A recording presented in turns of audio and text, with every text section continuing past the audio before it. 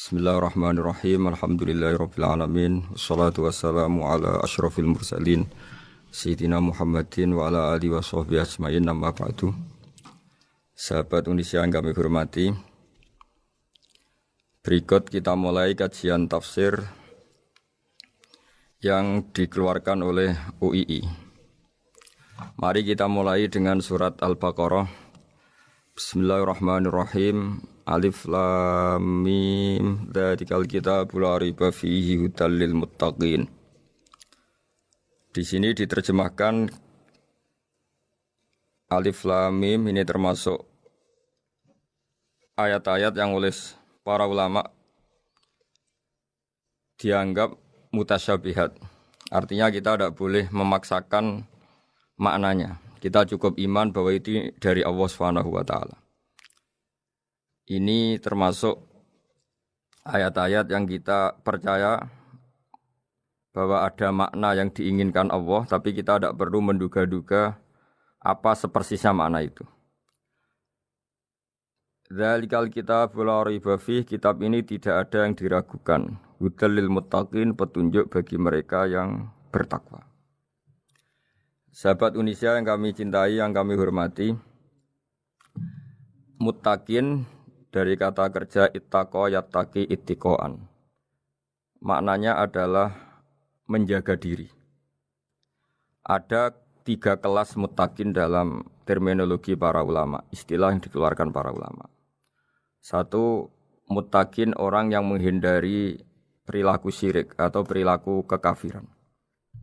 Sehingga menurut para ulama, apapun faseknya seorang mukmin, apapun kelirunya orang mukmin, misalnya pernah mencuri, pernah korupsi, pernah apa saja, masih dianggap mukmin karena dia masih bertauhid la ilaha illallah Muhammadur Rasulullah.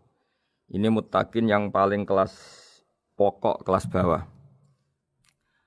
Kemudian ada muttaqin kelas kedua, yaitu mereka yang menghindari dosa besar tapi tidak bisa menghindari dosa kecil. Misalnya bisa menghindari dosa zina, tapi dia bisa menghindari dosa melihat perempuan yang bukan mahramnya, yang bukan halal bagi dia.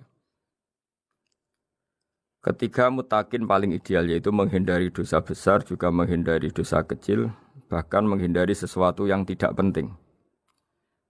Ini yang dalam terminologi ulama disebut para wali atau para ulama, yaitu yang dalam ayat ala inna auliya Allahi la khaufun alaihim wa lahum yahzanun. Ini penting kami jelaskan kelas-kelas muttaqin supaya bahwa mukmin tidak pernah keluar dari status iman meskipun dia pernah melakukan satu kesalahan besar. Karena yang dikatakan mukmin adalah siapapun yang meyakini kebenaran risalah Muhammad, risalah yang dibawa Muhammad, berarti dia mukmin. Soal dia melakukan dosa atau apa saja itu menjadikan dia fasik, tapi tidak keluar dari status mukmin. Ini yang dimaksud dalam sebuah hadis, man qala la ilaha illallah dakhalal jannah. Siapapun yang pernah melafadzkan la ilaha illallah iman, maka dia pasti nanti masuk surga. Kemudian ada beberapa pertanyaan dari para sahabat dengan masa lalu orang itu yang macam-macam, Nabi tetap menjawab meskipun dengan masa lalu yang macam-macam. Sebab itu perlu dikaji serius, sebagaimana ada yang ditafsir Sawi bahwa muttaqin itu dari kata kerja ittaqa yattaqi ittiqaan atau ittaqa yattaqi taqwan. Ini maknanya orang yang menjaga diri. Tentu menjaga diri ini ada yang kelas premium, kelas sempurna. Jadi sesuatu apa saja yang bahaya kita jaga, termasuk dosa kecil, melakukan hal yang tidak penting. Ada orang mukmin yang hanya bisa menjaga dari dosa kekafiran, dosa kemusyrikan. Ini pun dengan segala kesalahannya masih ada kemungkinan dimaafkan Allah. Karena Allah pernah berfirman, innallaha la yaghfiru ayyushraka bihi wa yaghfiru ma duna dzalika liman yasha. Allah tidak akan memaafkan dosa syirik, tapi Allah masih bisa memaafkan atau masih berkenan memaafkan dosa di luar syirik. Kemudian yang perlu dimengerti oleh sahabat Indonesia adalah makna la raiba fihi. Ini yang perlu kami ungkap, bahwa Al-Quran ini tidak ada keraguan padanya. Tidak ada keraguan ini yang mudah kita teliti karena kita orang Indonesia, mungkin rasa-rasa sastra Arab enggak kental. Mari kita teliti dari segi makna, karena makna ini rasa dan rasa itu universal. Begini misalnya, dulu orang-orang kafir Mekah karena mereka penyembah berhala, penyembah Tuhan-Tuhan yang banyak, itu memprotes. Mereka memanggil tentu masih Muhammad, belum ya Rasulullah. Muhammad, kamu mengajak ke Tuhan berapa? Rasulullah menjawab, ke Tuhan yang satu. Lalu mereka bertanya, Muhammad urusan kita ini banyak, problem kita banyak.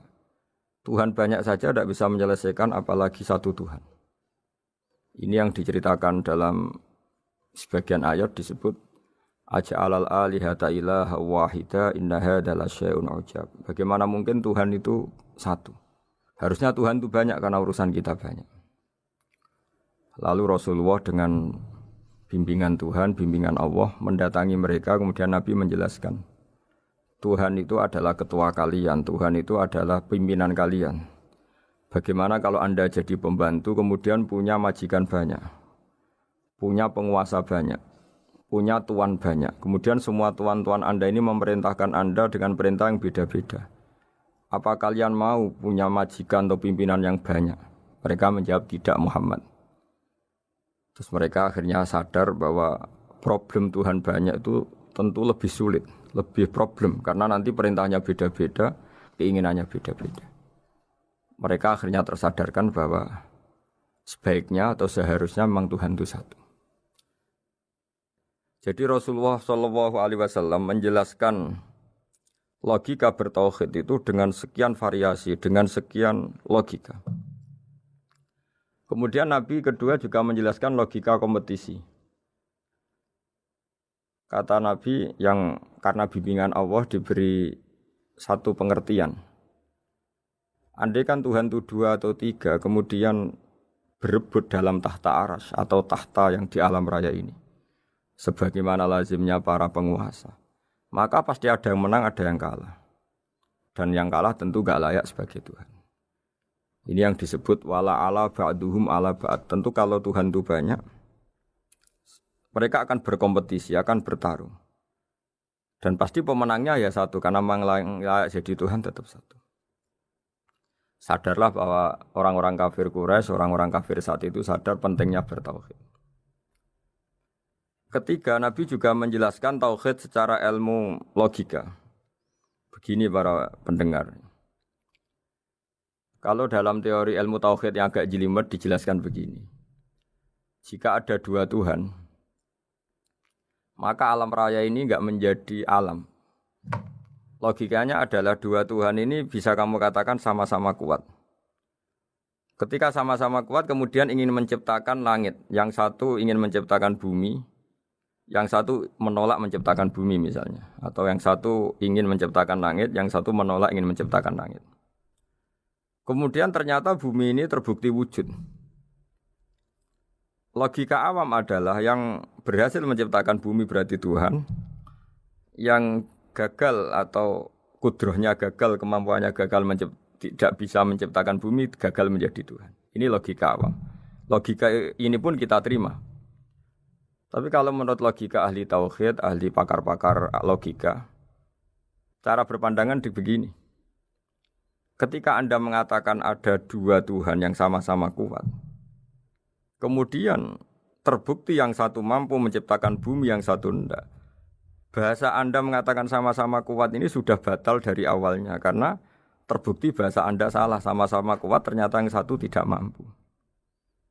Sehingga dalam pikiran orang-orang ahli tauhid mengatakan, membayangkan Tuhan saja itu enggak kebayang, karena turunan kata ini pasti selalu salah. Karena tadi misalnya dikatakan, andai kan ada 2 Tuhan, kemudian yang satu mampu menciptakan bumi, yang satu tidak. Padahal Anda tadi bilang sama-sama kuat, ternyata terbukti yang satu tidak kuat. Berarti kata Anda sama-sama kuat ini salah. Ini pula yang diajarkan Rasulullah lewat bimbingan Allah, lewat wahyunya yang disebut Lau kana fihi ma alihatun illallahu la fasadata. Karena kalau ada 2 Tuhan, pasti kamu sifati sama-sama kuat. Ternyata sifat sama-sama kuat ini batal demi hukum, karena ternyata yang satu tidak mampu menciptakan bumi. Atau kamu sifati 2 Tuhan ini sama-sama lemah. Itu tidak mungkin lagi, karena ternyata bumi ini terbukti wujud. Pasti penciptanya ini zat yang sangat kuasa. Jadi logika-logika tauhid sedemikian dibangun oleh Rasulullah lewat bimbingan Allah Subhanahu wa taala. Logika keempat supaya kita iman dan tambah kuat imannya adalah logika yang mudah dicerna oleh kebanyakan orang atau yang bisa diindra. Begini misalnya dalam sebuah ayat di surat Al-Kahfi, kemudian di awal surat Al-Ahqaf, kemudian di sebagian surat At-Tur, ada penjelasan begini. Ketika Rasulullah mengajak manusia menyembah Allah, kemudian orang-orang kafir tanya, lalu Tuhan kamu siapa Muhammad? Tuhan saya adalah Allah menciptakan langit bumi. Terus mereka berandai-andai, ada Lata, ada Uzza, ada Manat, ada Hubal. Itu Tuhan-Tuhan kami. Terus Rasulullah bertanya, apakah Tuhan-Tuhan yang kamu sembah itu memberi kontribusi saat langit dan bumi diciptakan? Mereka menjawab, tidak Muhammad, itu Tuhan-Tuhan yang kami bikin. Begitu juga asumsi tentang Tuhan-Tuhan yang lain. Apakah Isa ikut menciptakan bumi atau menciptakan langit? Tentu jawabannya tidak. Karena Isa lahir di bumi, orang tahu tanggal lahirnya, tahu tahunnya, dan sebelum ada Isa juga sudah ada bumi. Sehingga untuk menetapkan tauhid, berkali-kali Quran tanya, Amman khalaqas samawati wal ardo, siapa sih yang menciptakan langit bumi?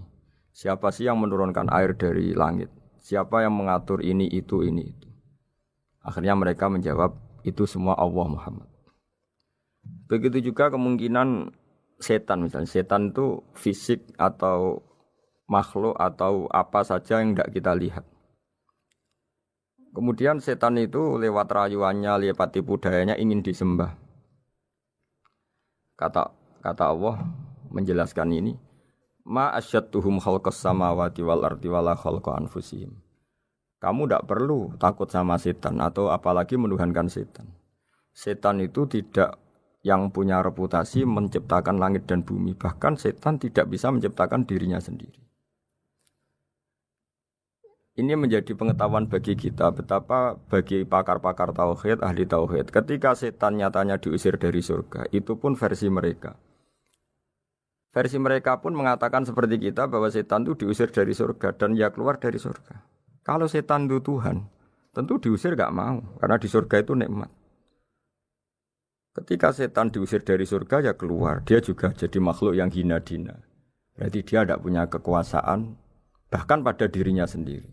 Dipaksa keluar dari surga ya keluar, dipaksa menjadi ahli neraka ya jadi ahli neraka, dipaksa jadi apa saja juga dia akan jadi seperti yang dipaksakan. Ini menunjukkan bahwa setan adalah tahta kudratillah, tahta qahrillah, tahta satwatillah, bahwa setan pun dalam kendali kekuasaan Allah. Makanya Allah mengatakan kamu tidak usah menyembah setan, tidak usah nurut sama setan. Setan itu lemah sekali. Karena faktanya dia tidak bisa memaksakan keinginannya. Ini yang oleh Allah disebut dalam firman-Nya inna kaidas syaitani kana dhaifa. Setan itu lemah sekali. Ini perlu saya sampaikan ke para pendengar Unisia bahwa bertauhid itu ada sekian logika. Logika kelima adalah logika orang awam. Awam sekali. Suatu saat ada perdebatan antara Abul Hasan al-Asy'ari. Abul Hasan al-Asy'ari ini tokoh ahli sunnah paling populer dalam ilmu logika. Dia mengatakan orang menemukan Tuhan itu harus lewat logika yang cermat. Tidak boleh taklid, hanya ikut-ikutan. Dia harus menemukan satu argumentasi bahwa Tuhan atau pencipta langit itu ada. Kemudian ada satu problem di mana orang-orang kampung atau orang-orang yang lugu atau orang-orang awam itu tidak bisa ilmu logika, ilmu mantek kalau dalam bahasa pesantren. Kata Abu Mansur, kata Abul Hasan al-Asy'ari, itu masih mungkin. Walhasil para ulama ini meneliti ke orang-orang yang lugu, yang di kampung, yang petani, yang lugu sekali. Apa yang mereka temukan? Ternyata mereka punya cara logikanya sendiri untuk menemukan Tuhan, Sang Pencipta. Pernah suatu saat ada seorang petani lugu biasa menggembala unta ditanya, Bima araf tarubak, lalu kamu yang petani ini yang hanya ngurusi sawah, ngurusi ladang, dengan cara apa kamu tahu kalau Tuhan itu ada? Si petani tadi marah besar dan dia mengatakan, Al-ba'ratu tadullu 'alal ba'ir wa asharul aqdam yadullu 'alal masir. Kata petani tadi, yang namanya ada kotoran unta, pasti ada untanya. Yang namanya ada jejak kaki, pasti ada yang barusan lewat. Artinya kalau ada makhluk, pasti ada pencipta. Ini logika awam yang mudah. Kita tidak mungkin mengatakan bumi ini pencipta, mengatakan matahari pencipta. Kelihatan sekali kebendaannya, kelihatan sekali bahwa bumi matahari tidak punya ikhtiar, tidak punya kekuatan. Kelihatan sekali sifat-sifat kemakhlukannya. Jika benda-benda ini karuan makhluk, pasti menunjukkan bahwa ada penciptanya, ada khalik. Dalam logika Bedui tadi, si Bedui tadi, kalau ada kotoran sapi, pasti ada sapinya. Meskipun sapinya sudah sekarang nggak terlihat, mungkin sudah jalan kemana. Sama, kalau ada jejak kaki, meskipun orang yang tadi lewat sudah kita nggak tahu, tapi kita pasti tahu, pasti ada yang lewat. Ini yang dimaksud dalam bahasa Arab, al-ba'ratu tadullu 'alal ba'ir. Kalau ada kotoran sapi atau kotoran unta, pasti ada untanya. Wa atharul aqdam yadullu 'alal masir. Kalau ada jejak orang lewat, pasti tadi ada orang lewat. Nah, semua metode ini digunakan semua oleh Rasulullah. Logika yang bagi intelektual, logika bagi kaum awam, logika bagi kaum menengah. Ya tidak awam, tidak intelektual. Semuanya digunakan. Semuanya jadi media untuk memastikan bahwa logika tauhid ini logika pilihan. Logika yang benar-benar logika. Sehingga dalam banyak ayat disebut agama ini liqaum ya'qilun, liqaum yatafakkarun. Bagi kaum yang bisa berpikir, bagi kaum yang punya akal. Lalu kemudian kami teruskan alladzina yu'minuna bil ghaibi. Ini kata ghaibi bukan kayak dalam bahasa Indonesia misalnya setan atau hantu disebut barang gaib. Kata ghaibi dalam bahasa Arab adalah perbandingan atau lawan kata dari al-musyahad yang bisa disaksikan langsung lewat indera. Kita orang mukmin iman bahwa surga ada, padahal kita tidak pernah melihat surga. Kita mukmin iman bahwa neraka ada, padahal kita belum pernah melihat neraka. Ini sesuatu yang maghoba anil absor, yang mata kita tidak melihat, fisik kita tidak menyentuh. Kita pun iman. Asal sesuatu itu mansus ya, dikatakan secara eksplisit oleh Quran dan hadis. Kalau dalam bahasa usul fikih disebut al-mansus. Ciri mukmin diantaranya adalah yang paling pokok alladzina yu'minuna bil ghaibi. Iman dengan sesuatu yang enggak kelihatan. Lalu kemudian para ulama cara pandang beda-beda. Bedanya bukan karena mereka bertentangan enggak, tapi ini menurut kelas rasa yang berbeda-beda. Bagi orang-orang sufi, Allah itu tidak bisa dikatakan al-ghaib, sesuatu yang enggak kelihatan. Karena Allah itu begitu jelas, az-zahir. Kata orang sufi, Allah itu zahir. Begitu juga dalam Asmaul Husna disebut Allah itu az-zahir. Begitu jelas. Karena orang yang akalnya mapan, hatinya mapan, melihat satu lemari yang bagus, pasti langsung mensifati bahwa pembuatnya adalah orang yang hebat. Orang yang melihat mobil mewah atau pesawat yang canggih, pasti kepikiran pertama adalah pasti pembuatnya canggih. Sehingga eksistensi pembuat pesawat itu adalah orang hebat, itu langsung tertanam ketika melihat pesawat itu hebat. Bagaimana mungkin seseorang ragu akan kehebatan pembuat pesawat ketika melihat detail-detail pesawat? Pasti langsung kepikiran kalau pembuatnya itu hebat. Memutuskan bahwa pembuat pesawat hebat itu tidak harus ketemu yang membuat, juga tidak harus melihat. Tapi akal kita pasti meyakini pembuatnya itu hebat. Berarti keputusan menyimpulkan bahwa pembuatnya hebat adalah az-zahir begitu jelas. Begitu juga langit dan bumi, matahari semuanya tertata rapi. Air dengan fungsi manfaat yang sebegitu hebat, oksigen, semua tanaman, buah-buahan. Meskipun kita tidak pernah melihat Tuhan, tapi akal kita, nurani kita pasti berkeyakinan dan tahu betul pasti pembuatnya itu zat yang super hebat, super bijaksana. Sehingga dalam kategori ini Allah tidak bisa dikatakan sesuatu yang enggak tersentuh, yang enggak terjangkau. Allah itu az-zahir begitu jelas. Sehingga di antara Asmaul Husna disebut az-zahir. Sebab itu saya menganjurkan atau saya punya saran bahwa alladzina yu'minuna bil ghaibi itu contoh paling mudah itu kayak surga, kayak neraka. Kalau Allah sendiri itu az-zahir, mudah diketahui. Karena tadi orang yang melihat pesawat canggih pasti saat itu juga berkeyakinan dan itu pasti benar, pasti pembuatnya juga canggih. Nah, di sini disebut alam raya ini ayat, semuanya itu bukti kekuasaan Allah. Dalam syair-syair orang sufi masyhur sekali itu wa fi kulli syai'in lahu ayatun yadullu ala annahul wahidu. Setiap sesuatu kejadian di alam raya adalah bukti keesaan Allah, bukti eksistensi Allah Subhanahu wa taala. Sehingga dalam satu kisah normalnya orang itu paling tahu itu dengan dirinya sendiri. Karena dia adalah dia. Tapi kalau Imam Sibawayh seorang pakar nahwu mengatakan a'raful ma'arif Allah. Di alam raya ini yang paling mudah dikenali itu ya Allah, pencipta. Karena andai kan kita sendirian di hutan, kemudian kita mulai punya akal, kita mungkin tidak tahu diri kita ini siapa. Tapi setidaknya kita langsung menyimpulkan bahwa kita tidak bisa menciptakan diri kita sendiri. Ketika kita berkesimpulan tidak bisa menciptakan diri kita sendiri, pasti kita terus berkesimpulan ada di luar kita yang menciptakan kita.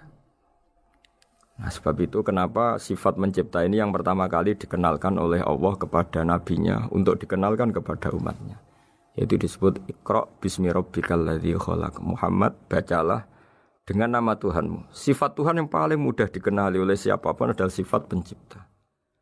Karena ketika seseorang yakin dia lahir sudah ada bumi, dia lahir sudah ada langit, dia pasti akan tahu bahwa dia ada penciptanya. Sehingga paling mudah mensifati Allah atau mensifati Tuhan adalah bismi rabbikal ladzi khalaq. Terus kemudian di antara ciri orang baik adalah wa yuqimunas shalat. Kemudian beriman kepada yang gaib, menegakkan salat. Kata menegakkan adalah dari kata menjaga aturan-aturan atau sesuai aturan-aturan salat. Kita tahu dalam salat ini ada beberapa syarat yang harus dipenuhi. Misalnya harus wudu, harus suci di tempat yang suci. Terus ada syarat-syarat dalam internal salat, dia harus baca Fatihah, harus tumakninah, macam-macam. Itu eksistensi definisi salat. Kemudian kata berdiri juga diartikan para ulama, eksistensi sholat harus diketahui secara publik, secara sosial. Karena sesuatu itu punya eksistensi kalau jadi konsensus atau diakui oleh publik. Di sini agama mewajibkan sholat jamaah. Kata banyak ulama, jamaah itu fardu kifayah, bahkan ada yang mengatakan fardu ain. Harus dijalankan orang banyak secara massal dan harus di tempat yang terbuka. Sehingga kata para ahli fikih, andaikan ada orang jamaah di dalam rumah tidak diketahui oleh banyak orang, belum mencukupi atau belum menggugurkan kewajiban jamaah. Sehingga eksistensi sholat harus diketahui secara publik. Sehingga dulu Rasulullah itu kalau sholat di masjid dan masjidnya terbuka. Sampai sekarang kita pun menyaksikan semua umat Islam kalau sholat di masjid yang terbuka. Sehingga dunia non-muslim pun tahu bahwa dalam Islam ada ritual, ada ibadah yang bernama sholat. Hikmah kedua dengan cara terbuka seperti ini, sholat itu menjadi gak pernah rubah mulai zaman Nabi sampai kiamat. Dengan tradisi jamaah berarti kaifiyah atau cara sholat itu permanen. Bapak kita sholat ya seperti itu, imam seperti itu, anak cucu kita akan meniru kita ya seperti itu. Sehingga gak ada varian-varian yang hanya berdasar subjektivitas musolli yang sholat. Taruh saja kita misalnya jadi seorang sufi yang baru takut sama Allah atau baru usul kalau dalam bahasa sufi. Kemudian kita sholat sendiri di rumah, mungkin dengan gaya menangis, terseduh-seduh, macam-macam. Ini tentu tidak baik sebagai standar sholat. Begitu juga ada anak atau pedagang yang kesusu atau tergesa-gesa, kemudian sholat hanya sekian, 2 menit, 1 menit. Ini juga agak baik. Meskipun itu boleh dilakukan individu-individu, tapi kalau dalam sholat jamaah, orang harus manut imam, dan ada standarnya, misalnya tumakninah itu biqadri subhanallah, jadi ada ukurannya. Ini penting saya utarakan bahwa hikmah jamaah itu bukan sekedar dapat pahala 27 kalau sendiri, dapat pahala 1 itu enggak. Tapi ini menjaga eksistensi sholat supaya ya seperti ini terus sampai kiamat. Sehingga orang Indonesia atau orang Afrika, orang mana saja, itu ketika haji atau ketika saling berkunjung di negara lain, itu enggak akan kaget dengan cara-cara sholatnya. Karena seluruh dunia kaifiyahnya caranya sama. Ini semua barokah dari jamaah. Maka Rasulullah itu enggak banyak ngendikan tentang caranya sholat, beliau hanya ngendikan shollu kama ra'aitumuni usolli. Sudahlah kamu pokoknya makmum saya. Nanti caranya kamu sholat sama seperti saya seperti ini. Sehingga kata menegakkan sholat adalah bisa kita tegakkan kalau kita aparat negara ya bikin-bikin aturan supaya eksistensi sholat enggak terganggu. Kalau kita seorang kultural juga mensuasanakan sholat dan supaya kefiahnya atau caranya sholat ini benar kita tradisikan jamaah. Sehingga anak kecil ngikuti yang besar, yang bodoh ngikuti yang pinter dengan satu cara. Itu barokahnya jamaah. Sehingga wa yuqimuna sholat itu sholat kita dirikan baik secara personal dengan cara-cara tumak nina kita suci di tempat yang suci maupun kita tegakkan, kita maklumatkan, kita jadikan konsensus bahwa sholat ya seperti ini sehingga ada khayal-khayal lagi dalam Islam. Misalnya nyuwun sewu ada aliran yang mengatakan ya kalau Tuhan itu kan enggak bebas arah, bebas tempat. Terus dulu pernah ada orang sesat sholat sampai 4 rakaat 4 arah, alasannya Tuhan itu tanpa arah. Enggak akan terjadi seperti itu. Karena ijma'nya umat Islam, konsensus umat Islam akan menolak faham yang seperti itu. Jadi saya mohon sekali ini pentingnya jamaah. Dengan jamaah maka caranya sholat, cara meyakini madhab kiblat dan sebagainya terjaga ila yaumil qiyamah sampai hari kiamat. Terus sifatnya orang mukmin lagi wa mimma razaqnahum yunfikun dan menafkahkan sebagian rezeki yang kami berikan. Ya ini termasuk zakat, sedekah. Jadi ada sebuah riwayat mengatakan inna fil mali haqqon. Harta itu ada haknya yaitu zakat. Tapi ada juga saran inna fil mali haqqon siwa zakat. Di luar keharusan zakat juga ada hak-hak kita untuk memberikan sebagian rezeki kita. Taruh saja misalnya saya punya uang 10 juta. Secara nisab zakat belum sampai 1 nisab. Karena 1 nisab itu sama dengan nilai 84 gram emas. Itu kalau diuangkan, kalau 500 ribu ya sekitar 42 juta. Tapi kita sebelum punya 1 nisab pun tetap ada keharusan mengeluarkan sebagian. Yaitu tentu dalam fikih kita wajib mengeluarkan uang untuk anak kita, untuk istri kita. Itu yang wajib-wajib. Kemudian ada sosial, kita nyumbang masjid, nyumbang yatim piatu macam-macam. Sehingga kata para ulama, ciri utama mukmin diantaranya adalah melakukan zakat, baik zakat yang fardu maupun zakat yang sunat. Karena kata zakat itu dimaknai fardu sebetulnya definisi para ahli fikih untuk membedakan zakat yang wajib dengan sedekah. Tapi sebetulnya zaman dulu enggak ada seperti itu. Zakat itu maknanya bersihkan harta.